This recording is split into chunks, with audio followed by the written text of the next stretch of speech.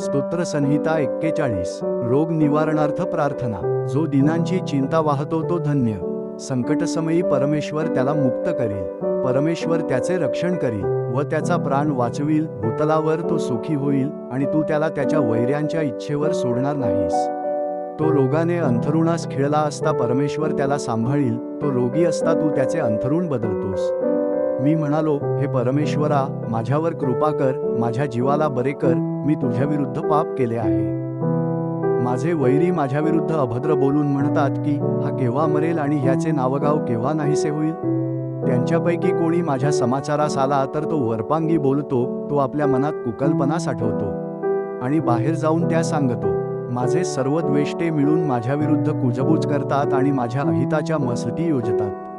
त्याला असाध्य रोग जडला आहे, तो पडला आहे, तो आता उठणार नाही असे ते म्हणतात. जो माझा सखा, ज्याच्यावर माझा विश्वास होता, ज्याने माझे अन्न खाल्ले, त्यानेही माझ्यावर लाथ उगारली आहे. हे परमेश्वरा, माझ्यावर दया करून मला उठव, म्हणजे मी त्यांचा बदला घेईन. माझा वैरी माझ्याविरुद्ध जयोत्सव करीत नाही. ह्यावरून तू माझ्यावर प्रसन्न आहेस असे मी समजत.